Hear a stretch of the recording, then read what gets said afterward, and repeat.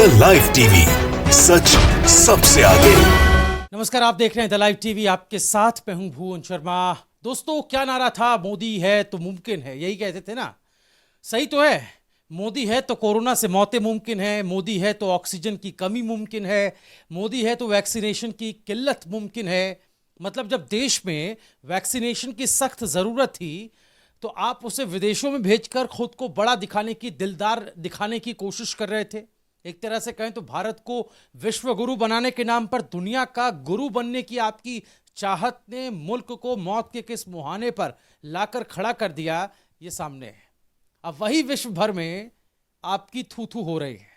भारत में जब रोज संक्रमित होते लोगों के आंकड़े दोस्तों 4 लाख के करीब जाने वाले हैं और हर दिन तकरीबन 3500 से ज्यादा लोगों की जाने जा रही हैं। ऐसे में CNN से लेकर वॉशिंगटन पोस्ट तक ने भारत सरकार पर सवाल उठाए हैं। दोस्तों, इंटरनेशनल मीडिया ने सिर्फ भारत में कोरोना संक्रमित और मरने वाले लोगों के आंकड़े ही नहीं दिखाए, बल्कि सवाल भी किए हैं, बल्कि इशारा भी किया, बताया है कि ऑक्सीजन, मेडिकल सप्लाई, वैक्सीन की किल्लत और कोरोना महामारी के मिसमैनेजमेंट को लेकर भी भारतीय सरकार की विफलता जो है खुलकर सामने आई है। दोस्तों, इस पर हम बात करेंगे, लेकिन इससे पहले ताज़ा खबर समाचार एजेंसी रॉयटर्स से सामने आई है। रॉयटर्स में छपा है, ये दावा किया है कि मोदी सरकार को सलाह देने वाले कम से कम 4 साइंटिस्ट ने मार्च की शुरुआत में चेतावनी दे दी थी कि कोरोना की दूसरी लहर आने वाली, अलर्ट कर दिया था।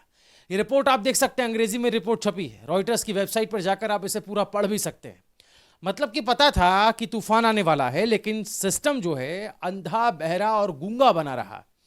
इससे पहले आपको पता है कि इंडियन मेडिकल एसोसिएशन के national vice president doctor Navjot Dahiya ने भी साफ कह दिया कि देश में बेकाबू कोरोना संक्रमण के लिए मोदी सरकार जिम्मेदार है। अब आते हैं दोस्तों इंटरनेशनल मीडिया पर, जिसकी हम बात कर रहे हैं। रॉयटर्स एजेंसी की ताज़ा खबर को तो आपने सुन लिया।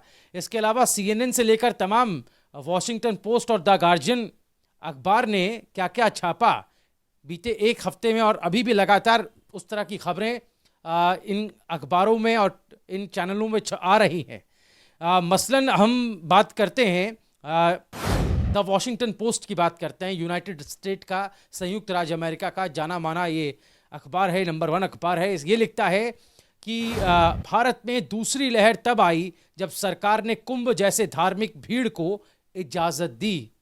तो जिस कुंभ को लेकर ये कहा जा रहा था कि ये कोरोना स्प्रेडर साबित हो सकता है, और जो हुआ भी, अब लगातार हर दिन आंकड़े आ रहे हैं। आज भी ताज़ा खबर सामने आई कि कई लोग इससे कोरोना से, कुंभ में गए कोरोना से लोग इन्फेक्टेड हुए हैं।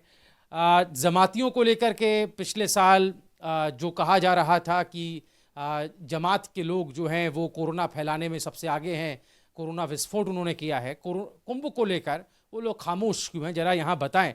लेकिन विदेशी अखबार खामोश नहीं है, वो बेबाकी से लिख रहे हैं। इंटरनेशनल मीडिया जो है अपने अखबारों में इन खबरों को जगह दे रहा है और बता रहा है कि भारत में कोरोना संक्रमित जो लोग हैं वो किन किन अव्यवस्थाओं के कारण लोग मर रहे हैं। कोरोना से नहीं मर रहे हैं, बदइंतजामियों से मर रहे हैं। ये खुलकर जो है वो लिखा गया है। ओपिनियन पीस है, वॉशिंगटन पोस्ट के एडिटोरियल बोर्ड ने अपने ओपिनियन पीस में ये लिखा है कि भारत में भयानक महामारी की नई लहर जितना टालने योग्य थी उतनी ही दुखद, ये साफ लिखा है इसमें। इसके अलावा यूएस का द वॉशिंगटन पोस्ट लिख क्या रहा है, थोड़ा सा और इसमें गहराई से इसको अगर पढ़ लें तो आपको स्क्रीनशॉट भी हम दिखाते चलते हैं। लिखता है कि राष्ट्रीय स्वास्थ्य तंत्र पूरी तरह से पस्त हो चुका है और ऑक्सीजन की कमी हो रही है। भारत ने मात्र अपने 1.4% जनसंख्या को ही पूरी तरह वैक्सीनेट किया है, जबकि 8.3% जनसंख्या आंशिक रूप से ही वैक्सीनेट हो पाई है। देख रहे हैं आप, वैक्सीनेशन को लेकर जब तमाम मुल्कों में 2 डोज 3 डोज की पर्याप्त स्टोरेज कर ली गई थी अपने नागरिकों के लिए, तब भारत विदेशों में वैक्सीन बांटता फिर रहा था। अभी हम इसका हवाला भी आपको ऊपर दे चुके हैं अपनी भूमिका में। वही विदेशी अखबार लिख रहे हैं कि जब जरूरत आपके नागरिकों के वैक्सीनेशन की थी तब आपने उनको वैक्सीनेट नहीं किया। आज से ही तीसरे चरण की वैक्सीनेशन ड्राइव शुरू हुई है, जिसमें 18 से 45 साल के लोगों को वैक्सीनेशन लगनी है। लेकिन दुर्भाग्य और विडंबना देखिए कि ये देश, उसके लिए भी इस देश की व्यवस्था ने तैयारी पूरी नहीं की। दावा कर लिया, लेकिन हकीकत यह है कि 11 राज्यों ने वैक्सीनेशन करने से हाथ खड़े कर दिए, ये कहकर कि पर्याप्त उपलब्धता वैक्सीन की उनके पास है नहीं। चलिए आगे बढ़ते हैं। और CNN जो मशहूर, इसका चैनल भी आप देखते हैं और एक मशहूर मीडिया हाउस है, वो लिखता है कि भारत का स्वास्थ्य तंत्र सार्वजनिक स्वास्थ्य संकट को संभालने में जितनी देरी करेगा, जब तक वहां वैक्सीन की कमी रहेगी, तब तक वायरस पूरे विश्व के लिए समस्या है। समझ रहे हैं आप? भारत ने सिर्फ भारत के लोगों के लिए समस्या पैदा नहीं की, विश्व गुरु बनने चले थे और विश्व समस्या आप बनकर रह गए। और ये हम नहीं कह रहे हैं, बल्कि विदेशी अखबार, विदेशी मीडिया हाउसेस इसको प्रमुखता से आवाज करके उठा रहे हैं। भारत की मीडिया से आप ये उम्मीद ना करें। तो इसके अलावा CNN ने जो लिखा है, कहा है कि जब अमेरिका और यूके में वैक्सीनेटेड लोग अपने परिजनों से गले मिल रहे हैं, इस बात को आप ध्यान से और गौर से सुनिएगा, जब लोग गले मिल रहे हैं बाहर, तब भारत में लोग अपने परिजनों की लाशें गिन रहे हैं। एक बड़ा तमाचा ये बातें जो लिखी गई हैं। बीमार लोगों को अस्पतालों में जगह नहीं मिल रही क्योंकि वहां पर बेड्स और ऑक्सीजन की किल्लत है। दोस्तों, लिखा है विश्व के सबसे बड़े वैक्सीन उत्पादक होने के बावजूद भारत के पास अपनी जनसंख्या को वैक्सीनेट करने के लिए पर्याप्त वैक्सीन नहीं है। ये तमाचा नहीं तो और क्या है, ये आईना नहीं तो और क्या है जो सच से रूबरू कराता है। CNN की पत्रकार हैं क्रिश्चियन एमेनपॉर, वो उनके साथ बातचीत में बीजेपी के प्रवक्ता नरेंद्र तनेजा ने ये खुद एक्सेप्ट किया, ये स्वीकार किया दोस्तों कि कोविड-19 की भयानक दूसरे लहर के लिए जिम्मेदारी पूरी तरह सरकार की है। सुना आपने? अब बीजेपी के लोग ही, बीजेपी के प्रवक्ता ही, नरेंद्र तनेजा इनका नाम है, विदेशी मीडिया से मुखातिब होकर सच को स्वीकार कर रहे हैं। लेकिन भारत के मीडिया के सामने सच बयां करने की हिम्मत किसी में नहीं है। यह आप इससे अंदाजा लगा सकते हैं। इससे पहले यूपी के ही बीजेपी की एक प्रवक्ता भारत समाचार चैनल पर डिबेट के दौरान खुद अपनी ही पार्टी पर, अपनी ही सरकार पर आग बबूला हो चुकी हैं, जिम्मेदार ठहरा चुकी हैं।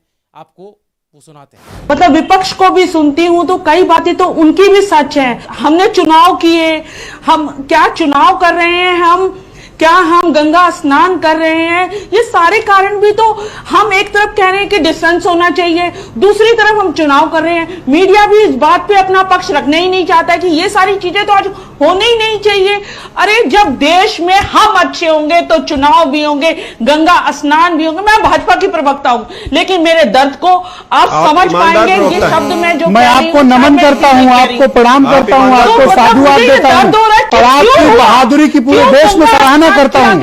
क्यों चुनाव आप पहली नेता हैं जिन्होंने इसको स्वीकारा। पे हम नहीं होंगे, ये शमशान बन जाएगी, तो कौन चुनाव का फायदा लेगा? सरकारें भी बनेगी, चुनाव भी होंगे, लेकिन उसका एक समय तो होना चाहिए ना। हमें बीच में सोच, जब आप कह रहे थे डिस्टेंस करिए, अपने घर में रहिए, तो फिर आपने क्यों नहीं बरता? क्यों चुनाव कराए? क्यों गंगा स्नान कराए? ये तो मैं सरकार से भी इस बात में, मुझे चाहे कोई भाजपा की प्रवक्ता से निकाल दिया जाए, निकाल दे, लेकिन मैं ये दर्द को महसूस कर रही हूं। मैं अपने लोगों को देख रही हूं कि वो मर रहे हैं। मैं पार्टी की कोई वो नहीं हूं कि मैं भाजपा में हूं तो मैं समाज के लिए, मैं भाजपा में बाद हूं, भाजपा की प्रवक्ता बाद में हूं। मैं समाज की लड़की हूं, समाज की महिला हूं, समाज की नागरिक। तो सुना आपने कि किस तरीके से आक्रोश अब बीजेपी के लोगों के भीतर ही, क्योंकि बीजेपी के अपने लोग ही मौत के मुंह में समा रहे हैं, काल के गाल में जा रहे हैं, कोरोना के कारण नहीं बल्कि बदइंतजामियों के कारण। चलिए वापस लौटते हैं। अंतर्राष्ट्रीय मीडिया पर हम बात कर रहे हैं और आपको हम बता चुके हैं न्यूयॉर्क टाइम्स ने क्या लिखा है, वॉशिंगटन पोस्ट ने क्या लिखा है, CNN क्या छाप चुका है, यह हम आपको बता चुके हैं। और हकीकत जो है यूनाइटेड किंगडम के यानी कि इंग्लैंड के द गार्जियन ने भी बयां की है। वो लिखता है कि मात्र 1% जनसंख्या को वैक्सीनेट करने के बावजूद मिस्टर मोदी ने देश को वर्ल्ड फार्मेसी घोषित कर दिया। समझ रहे हैं आप? वर्ल्ड फार्मेसी घोषित करने की जद्दोजहद और दौड़ में लगे रहे हमारे प्रधान सेवक। और हकीकत क्या है आप देखिए कि किस तरीके का एक, इसको हम नरसंहार कहें तो गलत नहीं होगा, जो आपको आजकल हर जगह पर दिखाई दे रहा है। द गार्जियन इसको विस्तार से किस तरह लिखता है दोस्तों। 23 अप्रैल को एक खबर द गार्जियन में छपी है, संपादकीय में छपी है, एडिटोरियल में। वो लिखता है कि मार्च की शुरुआत में नरेंद्र मोदी की हिंदू राष्ट्रवादी सरकार ने दावा किया कि देश अब कोविड-19 से पार पाने वाला है, लेकिन आज भारत जीता जागता नर्क है। डोनाल्ड ट्रंप की तरह ही मोदी ने महामारी के बीच पॉलिटिकल कैंपेनिंग को नहीं रोका। ये एक बड़ा तमाचा है। पश्चिम बंगाल के चुनाव में आपने खुद को बिजी रखा। आप विस्टा प्रोजेक्ट में 1500 करोड़ की ज़्यादा की लागत से आप संसद भवन बनाने के लिए पूरी तरह लगे हुए हैं, लेकिन सरकार देश के लोगों को ज़रूरी स्वास्थ्य सेवाएं मुहैया नहीं करा पाई, जिसके कारण आज ये हालात पैदा हुए हैं। आपको बताएं दोस्तों कि इसके अलावा जो बातें और लिखी जा रही हैं, द न्यूयॉर्क टाइम्स में एक आर्टिकल छपा जिसमें लिखा कि गलतियों और आत्मसंतुष्टि ने संकट को और विकराल बना दी। ये हेडिंग है उसकी। आगे इस आर्टिकल में नीचे आते हैं, हम पढ़ते हैं कि भारत सरकार ने गलत कदम और आत्मसंतुष्टि ने कोविड संकट को और विकराल बना दिया है। महामारी विशेषज्ञों के अनुसार अगर भारत इस महामारी को रोकने में असफल रहा तो उसके परिणाम वैश्विक होंगे। उधर फाइनेंशियल टाइम्स है लंदन का, वो लिखता है, उसकी हेडिंग बता दें, ब्लैक मार्केट में ऑक्सीजन सांस को तड़पते मरीज, महामारी ने स्वास्थ्य तंत्र को उजागर कर दिया। ये लिखा है साफ तौर पर फाइनेंशियल टाइम्स में। आप देख सकते हैं किस तरीके से एक के बाद एक कई सवाल जो हैं वो उठाए जा रहे हैं। लंदन का ये फाइनेंशियल टाइम्स है जो इतनी बड़ी बातें लिखता है कि इस महामारी ने हमारे स्वास्थ्य तंत्र को कमजोर कड़ी को उजागर किया है। अंडर स्टाफ्ड सार्वजनिक अस्पतालों और बेड की कमी, इसके साथ बिना विजन का नेतृत्व कहीं भारत को हमेशा के लिए बदल ना दे। डर देख रहे हैं आप, बाहर के लोगों का डर, लेकिन भारत में अभी तक मीडिया ये हिमाकत नहीं कर पाया, ये साहस नहीं दिखा पाया कि इस तरह के डर को वो लोगों के सामने बयां कर पाए और बता पाए कि भारत का आगे आने वाला वक्त कितना बुरा होने वाला है अगर वक्त रहते स्थिति को नहीं संभाला गया। अब ये सब बातें जो कही जा रही हैं विदेशी मीडिया में, अखबारों में, इसका जवाब इस पर प्रतिक्रिया कैसे दी जा रही है? एक तो सच बयां किया जा रहा है, उस पर सच को बयां करने वाले लोगों को घेरने के लिए भारत सरकार क्या कर रही है? एस जयशंकर, एक चेहरा भारत सरकार का, उनके जिम्मे है इस तरह के अगर विदेश मामले आते हैं। वो क्या कहते हैं? उन्होंने हाल में ये कहा कि एक प्रोपेगेंडा, एक दुष्प्रचार किया जा रहा है, इसको तुरंत बंद करें और राजनयिक तौर पर ऐसे अखबारों को लेकर कार्रवाई के तौर पर भी सरकार विचार कर रही है कि किस तरीके से उनके जो जहाँ के अखबार हैं, चाहे यूनाइटेड किंगडम हो, चाहे यूएस हो, चाहे लंदन हो, वहाँ के लोगों के, चाहे वो फ्रांस हो, वहाँ की जो एम्बेसी है वहाँ जाकर कैसे इसका विरोध किया जाए, एम्बेसीज के सामने कैसे नाराज़गी जताई जाए, इसकी तैयारी हो रही है। बनस्पत इसके कि जो सच दिखाया जा रहा है अब उसको कबूल करके हालात बेहतर करने की दिशा में कोई कदम उठाए जाए, ये हिमाकत अब सरकार नहीं कर पा रही दोस्तों। और यही आज की कड़वी सच्चाई, कड़वी हकीकत है। आपकी राय क्या है इन तमाम विदेशी अखबारों में छपी खबरों को लेकर, जो तथ्य छापे जा रहे हैं उसको लेकर? आप हमें कमेंट में जरूर लिखें। द लाइव टीवी, सच सबसे आगे।